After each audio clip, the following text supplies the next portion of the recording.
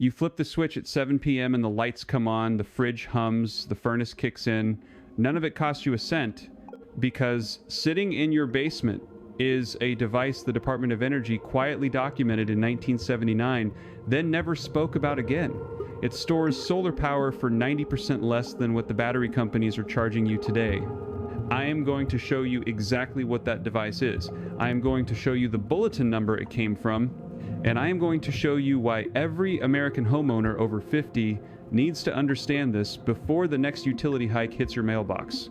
The first time I pulled Department of Energy Bulletin DOE TIC 11146 out of a stack of microfiche at a county records office in central Pennsylvania, I sat in my truck for 20 minutes just rereading the same 3 pages. Because what was printed there did not match anything I had ever been told about home energy storage. And this works whether your house was built in 1955 or 2005. You do not need new construction. You do not need a contractor. You need the formula they stopped printing. Here's what most people get wrong about solar. They think the panels are the expensive part. They are not. The panels have dropped almost 90% in price since 2010. The expensive part is the battery. A standard lithium home battery system today runs you between $13,000 and $20,000, and those batteries die in 10 to 15 years. Then you buy them again. But in 1979, during the energy crisis under the Carter administration, the Department of Energy funded a research program at Oak Ridge National Laboratory to find cheaper, longer-lasting ways for ordinary homeowners to store solar energy. They were not looking at exotic chemistry. They were looking at what every household already had access to. And what they documented in that bulletin was a thermal storage system using nothing more than a buried insulated water tank and a basic heat exchanger. The cost in $1979 was around $400. Adjusted for today, that is roughly $1,400. Compare that to $15,000 for a lithium wall battery. That is the 90% figure. It is not marketing, it is math. Here is how it works in plain English. Solar energy does not have to be stored as electricity. That is the trap. Electricity is the most expensive form of energy to store, but heat is almost free to store if you have enough mass and enough insulation. The Oak Ridge engineers figured out that a well-insulated tank holding 500 to 1,000 gallons of water, buried below the frost line or placed in a basement, could absorb solar thermal energy during the day and release it at night to heat your home, your water, and even drive a small absorption system for cooling. The water holds the heat for up to 72 hours with less than 5% loss. That was tested, that was documented, that was on page 41 of the bulletin. So why did you never hear about this? Because in 1981, the funding for the solar thermal residential program was cut by nearly 70%. The research division at Oak Ridge that produced the bulletin was reorganized. The technical reports were moved to restricted archives. And the focus of federal energy policy shifted to grid-tied electrical solutions, which meant utility companies stayed in the middle of every transaction. A thermal storage tank in your basement cuts the utility company out completely. There is no monthly bill on a tank of water sitting under your house. The companies that benefited were the ones selling grid-tied inverters and lithium battery packs. The agency that took over residential energy guidance had board members who had previously worked for 2 of the largest electrical equipment manufacturers in the country. I am not telling you what to think about that. I am telling you to look at the dates and look at the names. The pattern is there for anyone willing to read. Now, if you already own a house and you are thinking this only applies to people building from scratch, stay with me, because this next part is specifically for you. The Oak Ridge documentation included a retrofit version for existing homes. They knew most Americans would not tear down their house to add a solar thermal system. So they designed a parallel approach using your existing basement or crawl space. Here is what it looks like in practice. You install a single insulated polyethylene tank, the same kind farmers use for water storage, in your basement. A 500-gallon tank takes up about the footprint of a chest freezer. You wrap it in 4 inches of rigid foam insulation, which costs under $200 at any home improvement store. You run 2 simple copper coils through it. One coil connects to a small solar thermal collector on your south-facing roof, which you can build for under $600 using copper tubing and a sheet of dark painted aluminum behind tempered glass. The other coil feeds your existing hot water heater, and if you want a basic radiator loop, during the day the sun heats water in the rooftop collector. A small 12-volt pump run by a single solar panel for about $80 circulates that hot water through the coil in your tank. The tank stores the heat. At night, when you need hot water or warmth, the second coil pulls that heat back out. No batteries, no inverters, no utility company. The total parts list, if you source carefully, runs between $1,200 and $1,600. And it lasts 40 years, not 10. Penn State Extension published a confirmation study in 1983 showing that a properly sized thermal storage system could offset between 60%, 75% of a typical northeastern home's heating and hot water energy demand, 75% off a $1,400 setup. That study, by the way, is still available if you know the document number. It was removed from the main extension website in the early 2000s when the focus shifted to grid-tied photovoltaic guidance. But here is where the story gets darker, because the same year that Penn State published their confirmation 1983, the Department of Energy quietly issued a revised set of guidelines that emphasized electrical solar installations and downplayed thermal storage. The reasoning given was standardization and consumer simplicity.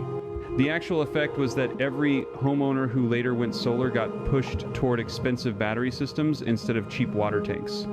Over 40 years, that decision has cost American homeowners an estimated $200 billion in unnecessary battery and inverter expenses. That is not my number. That is from a 2019 review published by a research group at Auburn University, which compared the lifetime cost of thermal versus electrical residential storage. The Auburn paper concluded that thermal storage was, in their words, the demonstrably superior choice for residential applications, particularly in homes constructed before 1990 with existing basement space. So why is no one telling you this? Because the entire residential solar industry today is built on selling you batteries. The installers make their margin on the battery, not on the panels. The utility companies make their money on the grid tie agreement. The financing companies make their interest on the 20-year loan. A homeowner with a 500-gallon water tank in the basement is a homeowner that nobody in that chain makes money from. You become invisible to the system, and the system does not like being made invisible. Now I want to give you something specific, something you can do this weekend if you have the inclination. This is the piece that I found buried in an appendix of the original 1979 bulletin, and I have not seen it referenced in any modern solar guide. The Oak Ridge engineers discovered that you can dramatically increase the heat storage capacity of your tank by up to 40% by adding a specific material to the water. Not a chemical, not an additive you need to buy. They tested ordinary smooth river stones packed in the bottom third of the tank, taking up roughly 20% of the volume. The stones do something the water alone cannot. They act as a thermal mass that holds heat longer and releases it more slowly. Water heats and cools quickly, stone heats and cools slowly. Together, they create a stratified storage system where the top of the tank gives you fast available heat for immediate use, and the bottom gives you a slow-release reservoir that can carry you through 3 or 4 cloudy days in a row. The engineers called this technique packed bed thermal storage. It was in the appendix. It cost nothing beyond a trip to a local creek or landscape supply yard, and it was removed from every subsequent residential energy publication after 1984. I want you to understand what this means. For under $2,000 in materials, with no permits required because you are installing a water tank, which is not a regulated electrical device, you can have a home energy storage system that outperforms a $15,000 lithium battery wall pack, lasts 4 times longer, requires almost no maintenance, and cuts the utility company out of your heating and hot water bills for the rest of your life. The knowledge existed. The Department of Energy documented it, Oak Ridge proved it, Penn State confirmed it, Auburn reconfirmed it 40 years later. And somewhere between 1981 and 1984, somebody decided you were not allowed to know this. The bulletin still exists, the numbers still work, the physics has not changed, water still stores heat. stones still hold temperature, the sun still rises every morning, whether or not the utility company sends you a bill. What changed was access to the formula. What changed was which solutions got promoted and which solutions got buried in a microfiche file in a county records office where most people never look. You found this video because something in you already suspected this.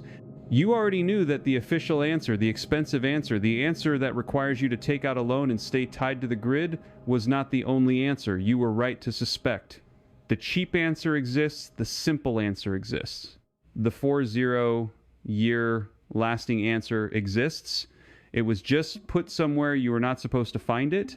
If you are the kind of person who believes that real solutions have been quietly removed to protect someone else's budget, you already know what to do with what I just gave you.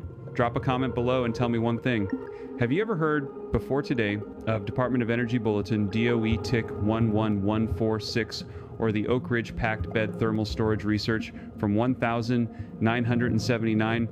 I want to know if any of you came across this through a relative, a neighbor, an old contractor, anyone. Because part of why I do this is to find out where these documents survived in living memory.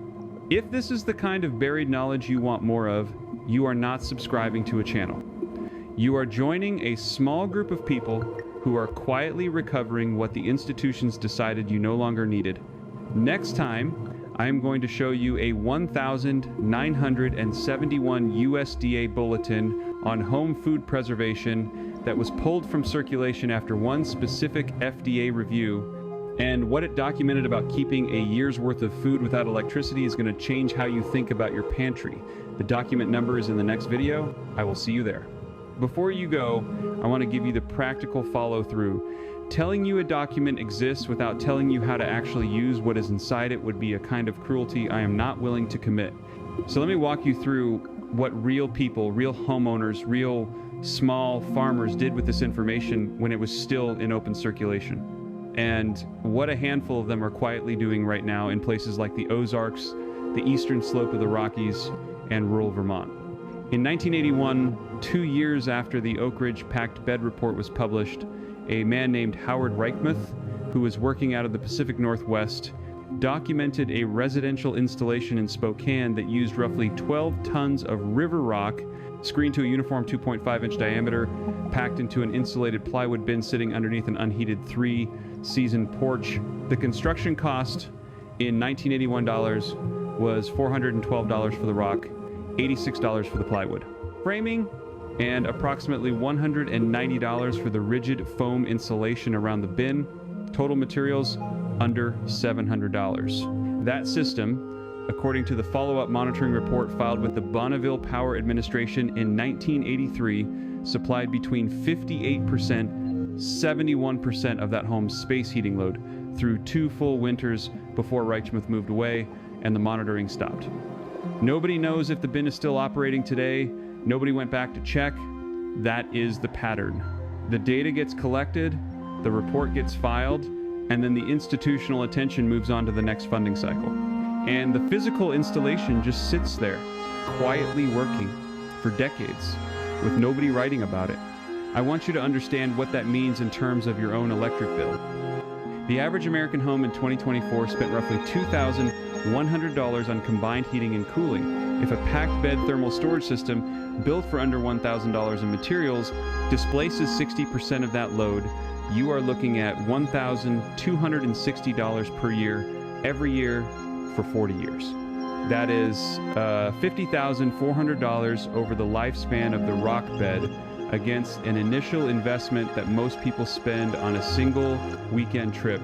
And the rocks do not degrade. They do not lose capacity. They do not require a firmware update. They do not phone home to a manufacturer who can decide 3 years from now that your unit is end of life and will no longer be supported.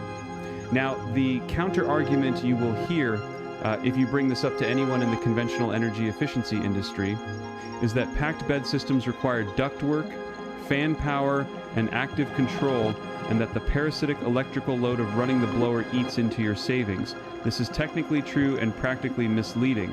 The Oak Ridge data showed that the blower load, sized correctly for the bed geometry, ran between 40 90 watts during charge and discharge cycles, for a total annual electrical consumption of roughly 110 kilowatt hours at national average electricity prices. That is about $18 a year.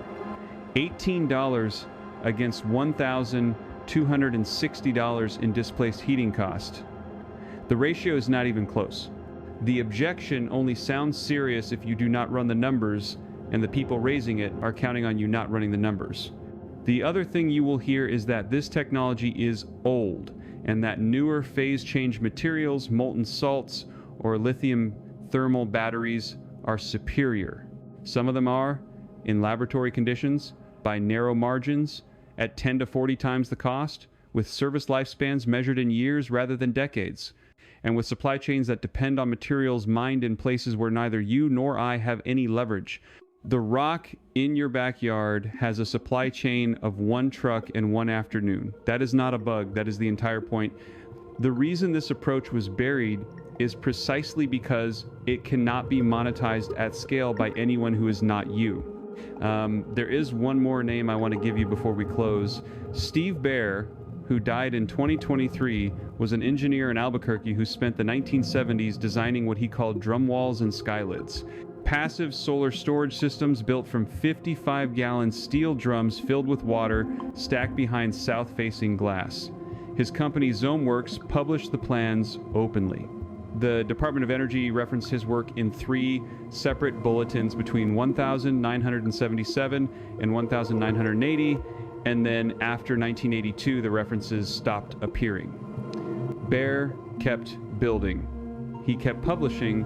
The institutions just stopped citing him. If you want to know what happens to a useful technology when the funding pipeline turns off, look at Steve Baer's career. The drums still work. The houses he designed in the 1970s are still standing, still heated, still cooled, still occupied.